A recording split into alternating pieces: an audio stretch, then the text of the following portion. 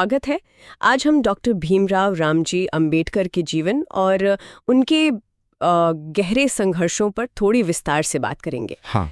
हमारे पास जो जानकारी है वो उनके बचपन की मुश्किलों से शुरू होती है और फिर आधुनिक भारत के एक आप कह सकते हैं प्रमुख निर्माता बनने तक का पूरा सफ़र दिखाती है। हमारा मकसद है उन खास पलों और उन विचारों को समझना जिन्होंने उन्हें दलितों और पिछड़े वर्गों की एक बुलंद आवाज़ बनाया। बिल्कुल। जरा सोचिए, एक बच्चा जिसे स्कूल में पानी तक छूने नहीं दिया जाता था, वो आगे चलकर देश का संविधान लिखता है। चलिए इस सफ़र को थोड़ा और करीब से देखते हैं। और इसमें जो दिलचस्प बात है वो ये कि कैसे वो शुरुआती अपमान, वो रुकावटें असल में उनके फौलादी इरादों की बुनियाद बनी। सही। इन अनुभवों ने न सिर्फ उनका बल्कि मैं कहूँगा लाखों करोड़ों लोगों का भविष्य तय करने में बहुत अहम भूमिका निभाई। कहानी शुरू होती है 14 अप्रैल 1891 को महू में। भीमराव का जन्म महार जाति में हुआ, जिसे उस वक्त अछूत माना जाता था।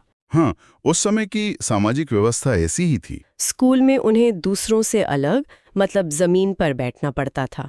पानी के बर्तन को छूने की इजाजत नहीं थी। कई बार तो प्यासे ही रह जाते थे, इंतजार करते थे कि कोई चपरासी आकर ऊपर से पानी डाल दे। हाँ, और शायद यही वो अनुभव थे जिन्होंने उनकी ज्ञान की प्यास को और भी ज्यादा भड़का दिया। हो सकता है। लगातार तिरस्कार के बावजूद वो पढ़ाई में कमाल के थे।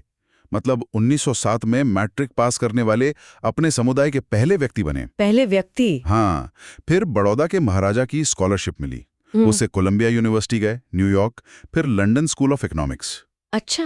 और जैसा कि स्रोत बताते हैं, भारत के बाहर पहली बार उन्हें यह एहसास हुआ कि जाति के बंधन के बिना सिर्फ एक इंसान होने का मतलब क्या है। एक बड़ी बात थी ये उनके लिए। 1923 में फिर वो डिग्रियां लेकर और एक साफ नजरिए के साथ भारत लौटे। बिल्कुल। उनका लक्ष्य था जाति व्यवस्था को जड़ से उखाड़ना, छुआछूत खत्म करना।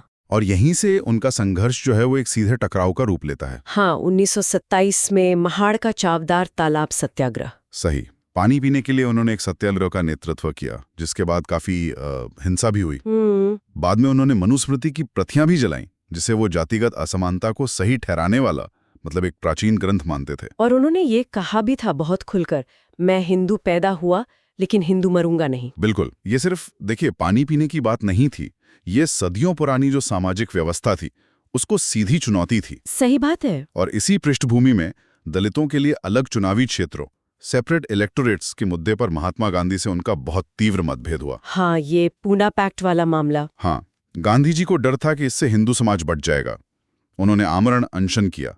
आखिरकार पूना पैक्ट समझौता हुआ, जिसमें अलग निर्वाचन क्षेत्रों की बजाय आरक्षित सीटें मिली। जी, हिंदू मतदाताओं के भीतर ही आरक्षित सीटें।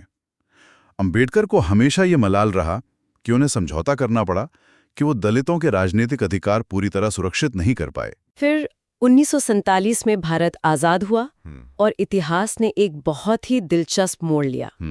उन्हें स्वतंत्र भारत के संविधान का मसौदा तैयार करने वाली समिति का अध्यक्ष चुना गया। Chairman, drafting committee. ये सचमुच असाधारण है।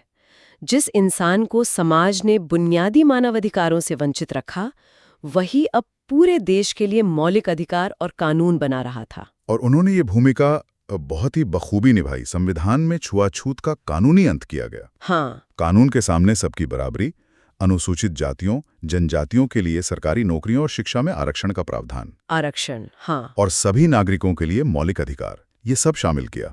ये वाकई एक आधुनिक, एक सेक्युलर दस्तावेज था। लेकिन आजादी के बाद भी जमीनी हकीकत पर जातिगत भेदभाव बना रहा। हाँ, ये कड़वी सच्चाई थी। और इस बात से वो लगातार निराश होते रहे। इसी निराशा के चलते 1956 में उन्होंने नागपुर में एक बहुत बड़ा कदम उठाया। अपने करीब 5 लाख समर्थकों के साथ उन्होंने बौद्ध धर्म अपना लिया। बौद्ध धर्म? उनका कहना था, मैंने वो धर्म चुना है जो स्वतंत्रता, समानता और भाईचारे की सीख देता है। देखिए, ये सिर्फ एक धार्मिक फैसला नहीं था, ये उतना ही बड़ा एक राजनीतिक बयान भी था। हाँ, बिल्कुल। हिंदू धर्म की जो जाति व्यवस्था थी उससे एक निर्णायक विच्छेद था ये। 6 दिसंबर 1956 को उनका महापरिनिर्वाण हुआ। लेकिन वो अपने पीछे एक सामाजिक और राजनीतिक चेतना का पूरा आंदोलन छोड़ गए। सही। वो सिर्फ समाज सुधारक नहीं थे, वो एक माने हुए अर्थशास्त्री थे, कानूनविद थे, मानवाधिकारों के पैरोकार थे। हाँ, कई पहलू थे उनके व्यक्तित्व के। और उनका दिया नारा, शिक्षित बनो, संगठित रहो, संघर्ष करो, ये आज भी उतना ही प्रासंगिक है। तो ये थी डॉक्टर अंबेडकर की कहानी, भयानक मुश्किलों के बीच से उठकर राष्ट्र निर्माण में केंद्रीय भूमिका निभाने तक का सफर। उनके संघर्ष ने करोड़ों बेआवाज लोगों को सही मायनों में जुबान दी। और उनकी पूरी जीवन यात्रा हमें ये सोचने पर मजबूर करती है कि कैसे एक व्यक्ति का अटूट संकल्प और ज्ञान की ताकत समाज में गहरी जड़ें जमा चुकी बाधाओं और असमानताओं को न सिर्फ चुनौती दे सकती है, बल्कि उन्हें बदल भी सकती है। बिल्कुल। और ये सवाल आज भी उतना ही अहम है कि आज के दौर में उनके विचारों और उनके संघर्षों की क्या अहमियत है। इस पर सोचना चाहिए।